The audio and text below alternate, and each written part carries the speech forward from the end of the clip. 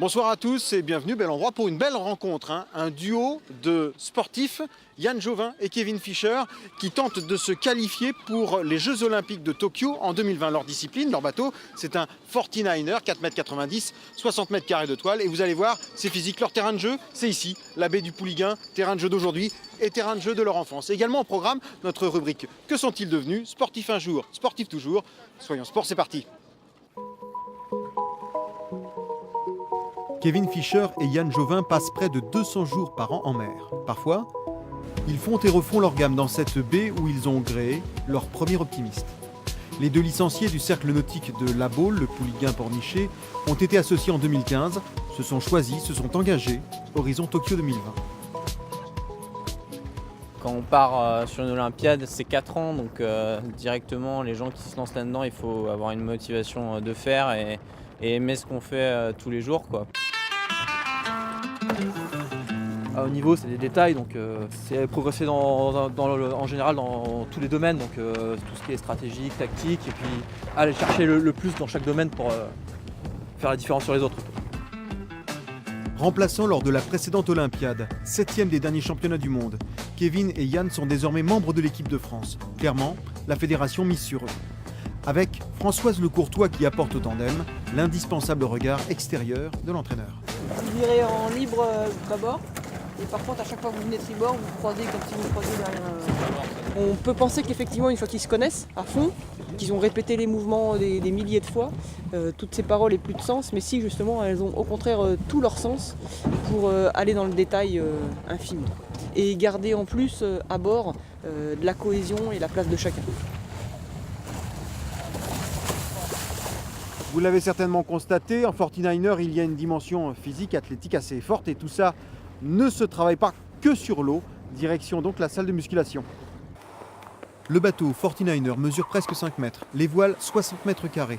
Yann et Kevin essaient d'atteindre les 160 kg à eux deux pour une juste répartition des charges au propre et au figuré. Moi je suis à 80,5 à peu près, et Kevin il doit être à 74,5.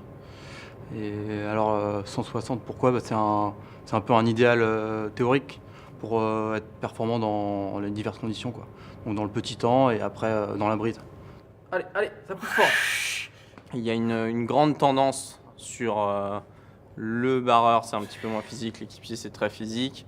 Le barreur tranche, mais l'équipier apporte des infos, mais c'est à vase communicant, quoi. Il y a tout le temps des infos qui circulent sur la tactique, sur la gestion technique. L'objectif n'étant pas de se qualifier pour un championnat du monde d'haltérophilie, mais bien de disputer les Jeux Olympiques en équipage à Tokyo en 2020, eh bien nous reprenons la mer. Yann Jovin et Kevin Fischer ont comme objectif de finir dans les 10 premiers aux mondiaux en août au Danemark. Ce serait l'assurance de qualifier un bateau français aux Jeux de Tokyo, horizon 2020. Avec eux sur le bateau, c'est possible, mais ce sera encore une autre histoire. Ce qui est vraiment important, c'est le chemin pour arriver aux Jeux Olympiques, c'est ce que tu vis tous les jours. Les émotions qu'on ressent dans le haut niveau, j'ai du mal à les ressentir dans la vie de tous les jours autrement. Et après c'est une super expérience et on adore ça, donc c'est pour ça qu'on le fait, quoi.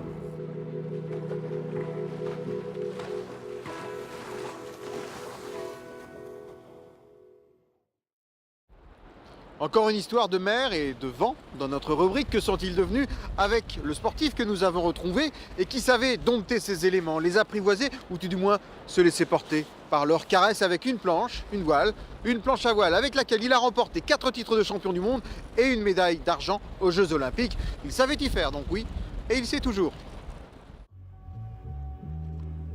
Après une journée de repos bien méritée, le show sérieuse commence. 2 manches à l'intérieur, puis 2 à l'extérieur, mais avec un vent qui a considérablement... Ça fait... En même temps, c'est des images que j'ai jamais vues. Hein. Donc, ça, c'est, je sais pas ce que vous avez récupéré ça, mais c'est... Quant à Julien Bontemps, vice-champion d'Europe, il lui faut encore apprendre. Tout comme Nicolas Huguet, des petites erreurs en fin de parcours lui coûtent le maximum. On était 4-5 Français vraiment à se tirer la bourre, comme on dit, donc c'était très serré.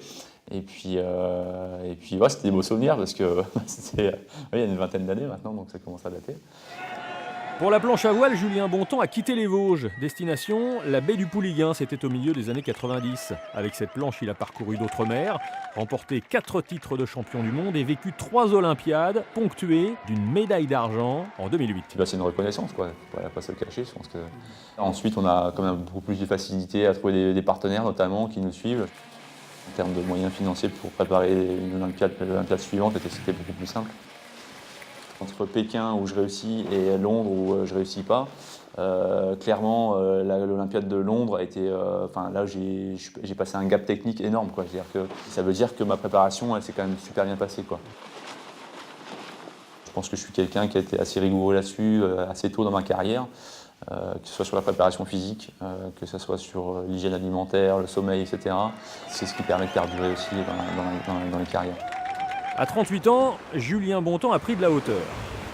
Dès que j'arrive sur cette vitesse un peu critique où je peux décoller, je sens que je peux décoller, j'applique ce petit poids sur l'arrière, j'ouvre et je me remets sur l'avant. Okay, si je reste sur l'arrière, je décolle. De la hauteur, disons 80 cm, juste au-dessus du niveau de la mer, ce que permet le foil. Professeur de sport pour la Fédération de voile et testeur pour une marque, Julien Bontemps fait désormais la promotion de l'aileron qui fait voler. Je suis vraiment passé sur ce que je pense être la nouvelle génération de la planche à voile. Aujourd'hui, je travaille aussi sur le développement de ce support à foil qu'on aimerait présenter comme support aux Jeux Olympiques 2024 à Paris. On est vraiment sur de la finesse de pilotage, sur de la finesse de réglage. Et puis je vous dis, il n'y a pas de frottement, on se sent vraiment encore plus libre, quoi. C'est la fin de ce Soyons Sport, je vais vous laisser préparer votre petit programme sportif. Vous savez, ce moment où on se dit « Allez, il faut que je lâche la télécommande et puis il faut que je me bouge ». Eh bien, bougez-vous. Allez, lundi, hand, mardi, marche nordique, mercredi, récupération, jeudi, basket, vendredi, ping-pong, samedi, kayak et puis dimanche, on se retrouve. Même heure, même chaîne.